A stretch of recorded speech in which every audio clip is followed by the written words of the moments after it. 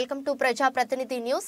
ఖమ్మం జిల్లా వేంసూరులో CPM party మండల committee ఆధ్వర్యంలో ప్రపంచ కమ్యూనిస్టు ఉద్యమ నిర్మాత లెనిన్ మహాశయుని శతవర్ధంతి కార్యక్రమాన్ని ఆదివారం మండల పరిధిలోని మర్లపాడు గ్రామ సిఐటియు కార్యాలయం వద్ద నిర్వహించారు.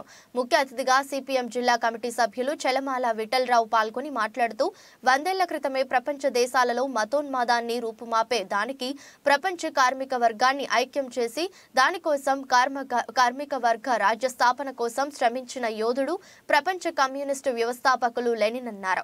భారతదేశంలో నేడు పాలిస్తున్న బీజేపీ మోదీ ప్రభుత్వం మతం పేరుతో ఉన్మాదాన్ని పెంచి పోషిస్తుందని, మోదీ మతోన్మాదాన్ని రూపుమాపే దానికి విరోచితమైన పోరాటాలు చేయడమే లెనిన్ కు ఇచ్చే ఘన నివాళి అవుతుందని తెలిపారు. అనంతరం సిపిఎం మండల కార్యదర్శి అర్వపల్లి జగన్మోహన్ రావు, మండల నేత మల్లూరు చంద్రశేఖర్లు మాట్లాడుతూ మోదీ కోట్ల రూపాయలు ప్రజాధనాన్ని లూటీ చేస్తూ భక్తి ముసుగు వేసి మతపర దేశంగా ఇండియాను మార్చే కుట్ర చేస్తున్న దుస్థితి నేడు నెలకొందని అన్నారు.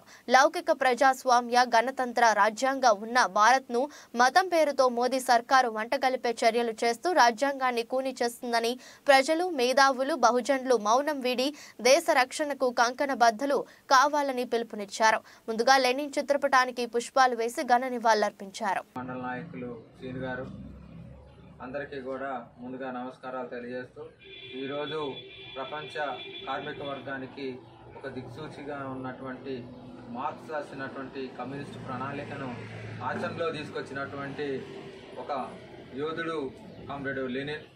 ఆయన యొక్క మరణించి 100 సంవత్సరాల అయితున్న సందర్భాల్లో ఈరోజు ఆయన వర్ధంతి